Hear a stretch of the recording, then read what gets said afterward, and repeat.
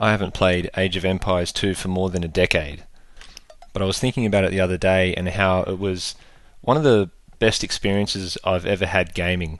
And not because I think it's one of the best games ever, I think it's a good game, but it was more about the interactions it allowed to play out between myself and my friends. In the same way that DayZ is more about what people make of it and what people decide to do in the game world, I found that in Age of Empires there were a few basic mechanics to do with diplomacy which led to all kinds of sort of social strategy rather than just straightforward battles based on the game mechanics. To give you some examples, there are always some people who are not very good at base building and managing their little economy. They're not very good at multitasking and winning battles, choosing the right units, putting them in the right position, choosing the right time to fight. But when you had several people playing, those people who were weaker in those areas could sometimes make up for it by teaming up with stronger players or gathering into larger groups, by offering money, by waiting until the others have all fought themselves out and there's just the dregs left. Then you can go in and mop up the rest. Or by backstabbing, which generally isn't the best idea because it'll lead to people not trusting you whatsoever in the next game you play with them. So all that diplomatic stuff, that social stuff, that human interaction is what I really found interesting about this game, and I haven't really quite had that experience in any other game that I can recall, apart from DayZ really. So I've talked to a few friends into firing it up again. As usual, some of us are far better than the others at winning the game in a really straightforward way by building your base quickly, using the right resources, choosing the right units, and winning battles. But for me, that isn't really the point. It's the other stuff that develops around it, as I've explained here. I'm very rusty in particular. As I said, I have not played this for over a decade. And when the four of us got together and had a go this time, it was only intended to be a short game as a test. It ended up going for about 3.5 hours. I think we had too many units. Next time we're going to have more people and less units each. So hopefully it ends quicker and there has to be more of the diplomatic stuff. It's also a test to see how you react, how the viewers react. So let's get started. What you see here is a recorded game being played back.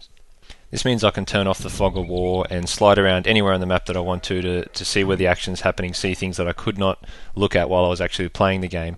There's normally a fog of war, so you can only see areas that you've already explored. And you can't see what your enemies are doing at all. You can see what your friends are doing if you've built a watchtower. We're all starting at neutral.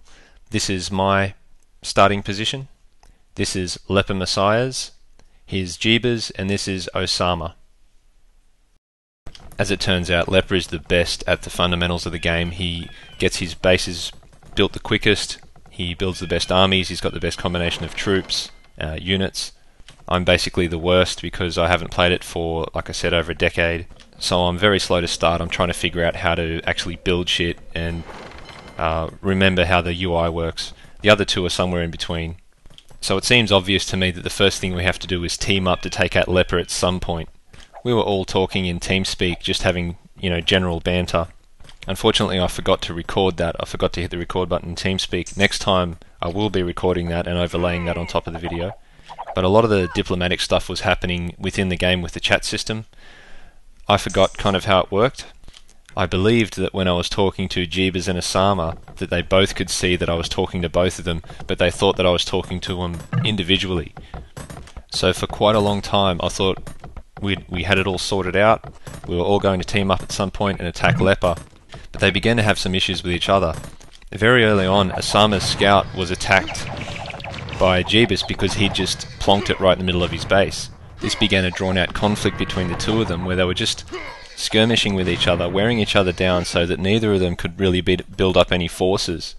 In the meantime, Leper is doing extremely well, building up his army, trading with everyone, allying with everyone, even sneaking up to a gold deposit right next to my base and taking it without my knowledge.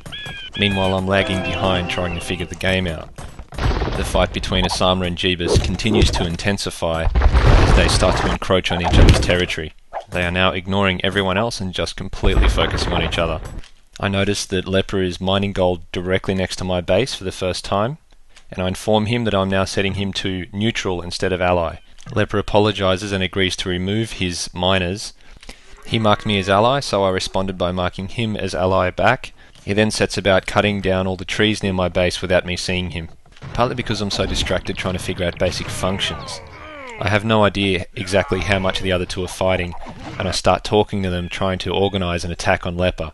As I said before, I believe that they know that I'm talking to them both.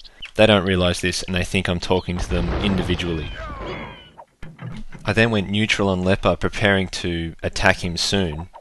Then I finally find out exactly how bad the fighting is between the other two, and I hold off on attack so I can build up my army a bit better.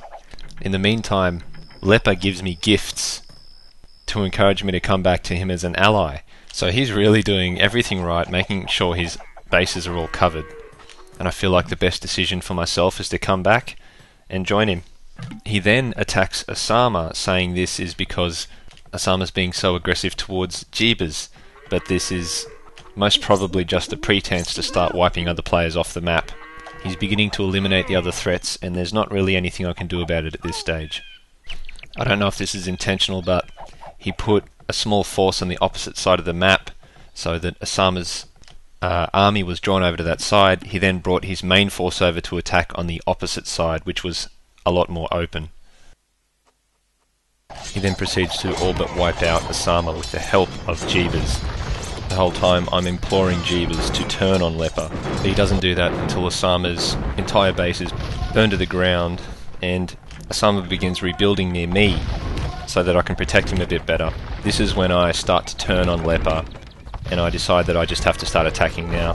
He immediately begins trying to take down my castle, and I send out my elephants to take care of his trebuchets. I thought those elephants would probably do a good job taking down his castles. I was very wrong, and I basically wasted all those units on it. Meanwhile, Jeebus is going on the offensive against Leper, but he's been so weakened by fighting with Osama the whole time that he really can't do much damage. It does help to take a bit of pressure off me though. After I wasted those elephants, I might have been in more danger if Leper had been able to focus his forces more on me. So I start doing my best to expand my military as quickly as I can. I really should have been building more castles, farming a lot more, but as you very well know, I'm not very good at playing the game anymore. So now I've built up a far better mix of units, and I plan to use Osama's archers to help. Unfortunately, Leper surprised us with a very quick cavalry charge and wiped out a lot of his archers. But now I'm in a much better position to tackle him head on, and this is where the largest back and forth battles begin.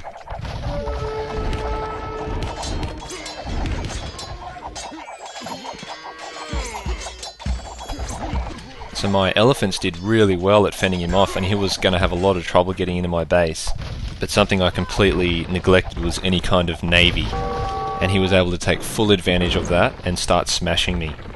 Jeebus was still around, even though he'd been almost completely taken out of the game, and he made a few feeble attempts at annoying Leper. Stupidly, I thought, well, now I just have to go on the attack and try to take out as many of his buildings as possible since he's destroying all mine. A very, very bad idea. I should have waited for him to come to me. So after wiping out another large group of elephants and about half my army, I realise I'm going to need some trebuchets, some actual appropriate units to take out these buildings. But it's too little too late, and Leper has completely overwhelmed me. So you can see how he made all the right choices. Played us off against each other, offering gifts, staying out of all the conflicts until he saw that he had the greatest advantage. He reached his population cap pretty quickly, upgraded everything fast, gathered all the resources, built shitloads of military units, and even when I offered up the greatest resistance towards the end, he did this sort of 1-2 combination where he hit me in the front with his main forces, with his land forces, and then started blowing shit up at the back of my base with boats. So there you go, that was my first attempt, first episode of this kind of video. Just trying something new, let me know what you think. And next time we'll have the TeamSpeak recorded. We'll hopefully have 8 players at once with a small number of units, so we reach the population cap really quickly. The game won't go as long, it won't take as long to finish, and it will be very difficult for any single player to just completely wipe out everyone else, which will make the diplomatic side of things even more important. Thanks for watching, see you next time.